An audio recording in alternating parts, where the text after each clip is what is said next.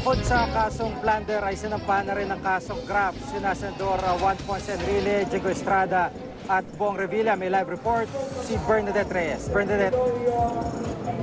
Gigi, makakapal na bundle ng papeles ang tinanggap ng Sandigan Bayan kanina mula sa Office of the Ombudsman. Ito ang mga dokumento ng kasong graft na ipinal ng Ombudsman laban kina Senator Juan Ponce Enrile, Ramon Bong Revilla Jr. at Jingo Estrada. 11 counts ng graft ang kaso laban kay Estrada. 15 counts naman ng graft laban kay Enrile at 16 counts naman ng graft laban kay Revilla. Partikular na nalabag na mga akusado ang Section 3E ng Anti-Graft and Corrupt Practices Act.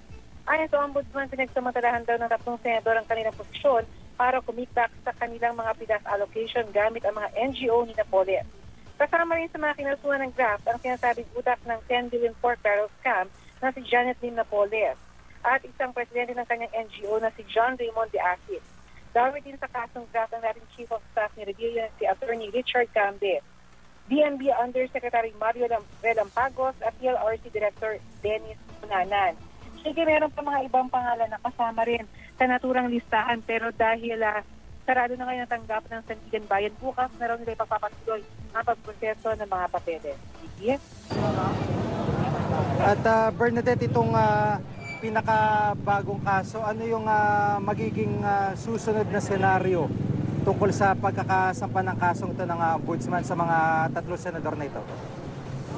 Sige, pagkatapos niya na naisampa na itong kaso ng graft dito sa Sandigan Bayan ay inaantay na mairaffle ang graft case para malaman kung anong division ng Sandigan Bayan ang hahawak. Ayon kay Presiding Justice Amparo Cabotahitang, wala raw special raffle na magaganap pero yan ay bago pa ang development na i-file ang graft case dito. Patuloy pa rin natin siyang kinukunan ng kanyang pahayag kung magkakaroon ba ng special raffle sa ugnay ng dalawang kaso. Maraming salamat, Bernadette Reyes.